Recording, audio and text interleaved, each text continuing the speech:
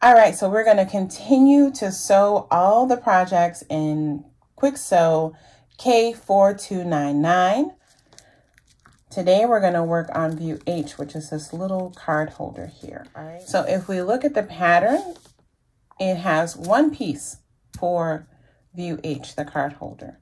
And you're basically going to be cutting it out twice and you will be lining it. I'm going to use the same fabric for the outer fabric as well as the inner fabric. It does not call for any kind of interfacing or batting or anything like that. However, I can already guess, again, because I'm using this quilter's weight cotton fabric, this is going to be too thin and flimsy. Again, if you were using like a thick, like home decor fabric or a canvas or something like that, you could probably, a denim, leather, right? You could get away with not doing any kind of interfacing or anything. But I know I want this to have a little bit more body to it. And I want to continue with my quilting theme that I've been doing with the other projects. So I'm going to actually quilt this fabric and that will give it a little bit more substance. I'm going to use that two-sided fusible fleece that I used in the other projects as well. So let's get that cut out and I'll show you how I'm going to do this modification. All right, so I have this piece of the double-sided fusible fleece. And what I'm going to do to start, first of all, I'm using this scrap piece of fabric. And just place your fabric down, make sure you can get two pieces cut out, right? I know I can. And so what I'm going to do is I'm going to lay the pattern piece on top of the fusible fleece first. And what I want to do is just leave some extra fleece around the edges. So I'm just going to cut it like so. Okay, so I have, you know, a piece of fusible fleece that's a little bit bigger than the actual pattern piece. And now what I'm going to do, since I saw that I can fit this on here twice, I'm just going to go in and cut out two pieces of the print, placing it, you know, I want to capture that flower for the exterior. And then I'll use this piece down here for the lining. So I got this cut out. It's just a rough cut around. And after I get this piece quilted, I'm going to come back in, lay the pattern piece on top and cut that out. And then I'll cut out the second piece from a section of the fabric down here for the inside of the card piece, okay? So now I'm going to just get this pinned down. So I'm going to just simply pin this in place. And I think I'm going to free motion quilt this. So I'm just kind of placing some pins right now. Actually, what I'm going to do, I'm going to place the pins around the edge because I know that I cut it bigger than I need it. That's what I'm going to do. And yeah. Getting this pinned around the edge. Then I'm going to go and free motion quilt in all this inner area here. And then I'm going to come back and cut that piece out, all right? Okay, so I've gotten the free motion quilting done. I went a little bit ham up in this area. I quilted it denser than I originally expected to. But I want to show you this because you see when you do free motion quilting, especially when you do it densely, it will kind of like shrink your fabric in some. So that's why I didn't iron this first. I don't know if it makes a difference. I think I'm going to try it ironing first on another project and see how it works. Normally when I'm doing free motion quilting, I'm using batting and not this fusible fleece. But anyway, I'm going to come in here and get all these threads snipped. And then what I'm going to do is take this to the iron and just press it from the top really good to kind of square it off or, you know, flatten it. And then I'm going to come in and pin this piece down so you can see I still have plenty of area to cut this, but you can see how it shrank down from the quilting. So I'm going to get that pressed flat, especially on this side. It kind of warped a little bit. Might be, you know, user area. I got a little overzealous in the quilting in this section. But anyway, I'm going to go get that pressed, get this pinned. and cut this out too. So we'll do that when I return, okay? All right, so I have everything now that we need to finish up this little card case. So this is going to be the exterior portion. This is going to be the lining portion. And then this is the closure. You need some Velcro closure. So I have this Sew On soft and flexible Velcro. I'm going to use this kind of nudie color because I feel like the black and white just is too strong a contrast. I wish I had like a pink Velcro. I don't even know if they sell colored Velcro like that. Now I'm going to go look for it because, yeah, I put the black and the white up to it and I didn't like how it looked. So I'm going to go with this nude color. So let's get the directions out so we can continue to follow them. Remember, this is view H, the card holder. So we are at this stage now. I did the extra step of putting on this fusible fleece, double-sided, and doing this free motion quilting around it to give it more interest. And so now we are at the stage where we're just going to pick up with the directions. So I haven't cut this out yet. I'm going to go ahead now and cut the pin and cut the pattern piece out now that I have prepared my fabric. So basically I'm treating this quilted fabric as my fabric one, okay? And you're sewing this all with a 1/4 inch seam allowance, so remember that.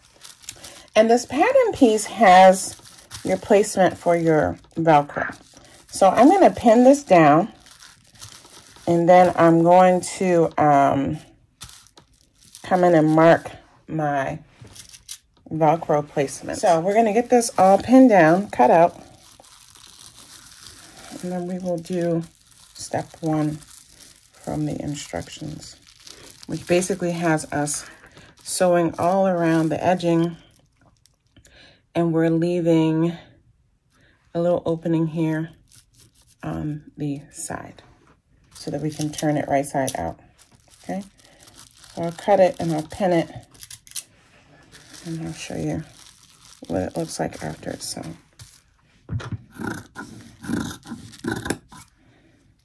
Okay. So now you want to take your pins out, and you want to place these right sides facing. Save this to the side because you'll come back and do your Velcro markings. So now we want to put this with right sides facing. Right side, right side. So they are facing one another. And we're going to go and pin all around the edge. I'm going to start pinning here. And I'm going to stop pinning here so that I remember to leave space to turn. So I'm going to sew here all the way around, all the way up, all the way across. I'm going to stop here. This is going to remain unsewn, okay? All right, let's go sew. All right, so let's zoom in a little bit and I'll show you how I sewed this. So I just made sure to go straight across and then again, starting again here, because I like to get those really nice, sharp 90-degree angles, which I don't always get when I try to do the pivot and turn. Same thing down here. I went all the way off and then I started again. And just take your time around this curve so that you can really create that edge nicely, okay? And then here is the section that we left open. So what I'm going to do now, I'm just going to come in and clip off the corners so that when I turn that, I can poke that out and get, you know, nice sharp corners. So that's just reducing the bulk. And then I'm going to come in and just trim back a little bit of the quilted edge here again, just to reduce the bulk a little bit, because this is an extra step. I'm not going to cut too much, but just a little. And then in here, and the directions are telling you this here. let me show you the directions, because I am trying to do this not just my way, but also pointing out where we are in the directions. So see, I left that opening, and it's telling you to clip the corners, and then it's telling you to come in here and cut into the seams of the curve. Remember, be careful, don't cut into your seam and open it, but you're just doing that so that you can turn it and things will lie flat, okay? So I'm going to do that, and again, just better would be to have my embroidery scissors, which are at the sewing table right now. So I'm just gonna just put the tip of your scissors and then press down, okay? Don't try to do this, you know, cut like this, because that just increases the odds of you over cutting. If you put it here and you push down, you know you can't cut past the tip. Can you see that? You see that? I'm not gonna cut past here, because that's where my tip ends, okay? So get up in there and just take your time, because you don't want to get this far and ruin your project. I've done that many times, being overzealous. You get so close to the end and then you start rushing. No, take your time. All right, all right, all right. This is our last project from this pattern. So let's turn her right side out. We've done this many times before in the series. Lots of turning inside out for us. Let me go get my little pokey tool so I can punch out those corners. And I'm going to get this all nice and flat. All right, so there she is. And I'm going to go to the iron and get her pressed down really good. I'm going to press this closed. You can hand baste this. I'm just going to pin it. And then we're going to just top stitch all around that edge. On the pattern is telling you to do the lower edge first. So we'll do that. So on the pattern here, it's up in this section here, it's telling you to do your top stitching here around that edge. So I'll do that first. That's this edge here. I'll do that first, and then I'm going to place my Velcro piece. And so this is the right side of the fabric. So I have mine facing just as it is, okay? Then when we come back for step 3, we have to turn it over. So you see here, this is the X stitching from stitching that Velcro from the outer side. And this hashtag here, these little slashes here, that's your indication that this is the inner portion or the lining portion of your fabric. So then I have to come up here and I'll stitch the second piece of Velcro. And so basically then you'll close it so that when you close it up, it's gonna close like this, right? And so your Velcro needs to line up here with here. So just come in, use your placement from your pattern. All right, so this is super straightforward, but I just want to show you the step-by-step. So I've top stitched around this edge. Hard to see because I'm using pink thread, but trust me. And then I've added the first piece of my Velcro. This is the rough side. And the directions are very clear in there. And, you know, my back stitching thread got caught. My back stitch thread got caught in there, so I'll go in and get that out. But next, what I'm going to do, I still have my pins in holding this side. I'm going to flip it over. So you can see that Velcro stitching there. And then up here, I'm going to come and place my sheet, my pattern piece, taking it about 1/4 inch up off the edge, checking that this placement, so this placement is here. And I'm going to do this placement here. Okay. I'm going to stitch that with right side facing up. So I'm just going to slip her in there. Okay. And I'm going to get that pinned straight. You can mark it, do whatever you need to do to get that in comfortably lined up, okay? And then I'm gonna fold mine over to check closure before I seal that down. So I have it here, and then, so see, this is showing me, I put this up a little bit too high, actually. Okay, this is a good time to show you guys. Don't make the mistake. I did that on my straps, but it worked out. When you lay this down to do your placement, you got to remember that you sewed a 1/4 inch seam allowance. So you can't put this right up there. You got to put it down a 1/4 inch. And I put mine right up here. So I sewed my first piece on the wrong spot. So I'm going to get out my handy dandy seam ripper. And I'm going to come back and see she needs to be down here. So let me do that. I have her pinned in place. She's where she's supposed to be. Okay, so that's an easy mistake. So I'm kind of glad it happened because I thought about it before I pinned it and then still made the mistake, okay? So see, she's up a 1/4 inch, about a 1/4 inch. I think she needs to actually come up even a little bit more. Yep. So I'm going to move her up a little bit. I'm going to move that one down. And then I'm going to do my fold check. I'm going to do my fold check so that I do not place this incorrectly. Because what's going to happen is you'll still close it, but you'll close it. It'll be too small to hold the cards. You want it about here. And you have a marking line here. You have this fold line here, right? So yeah, you want it to fold right about here. So see, I got to move that up. She needs to come up so that I can actually fit my cards.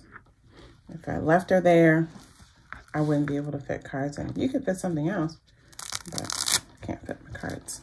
All right? All right, friends, so I fixed my mistake with the lining up of the Velcro.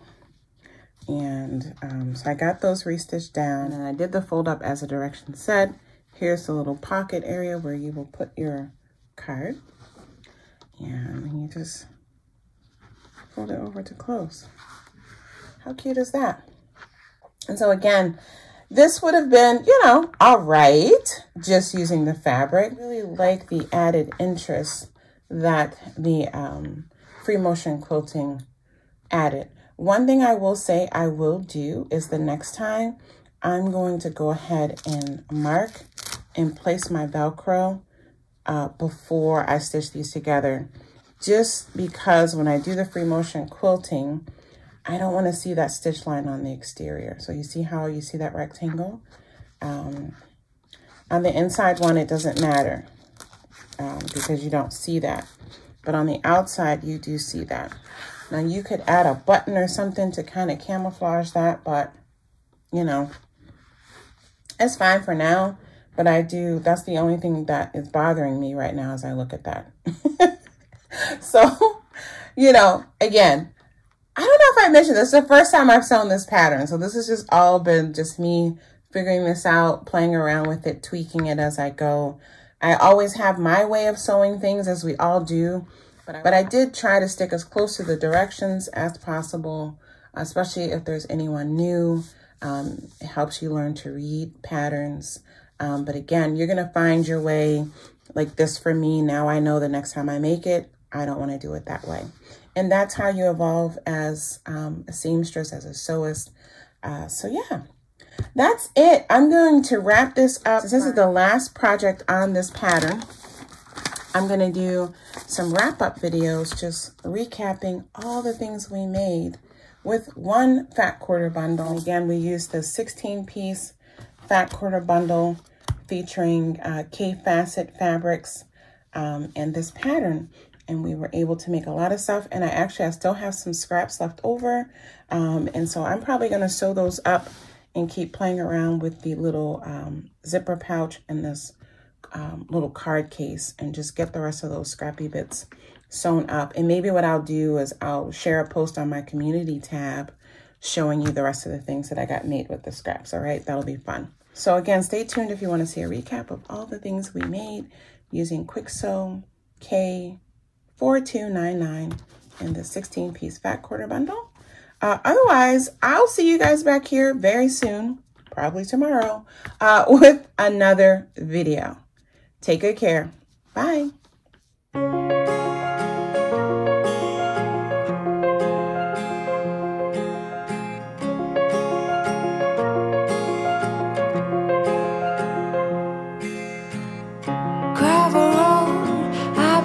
To slow down. Fireplace, do you know how? Pass the paper, my desk is out.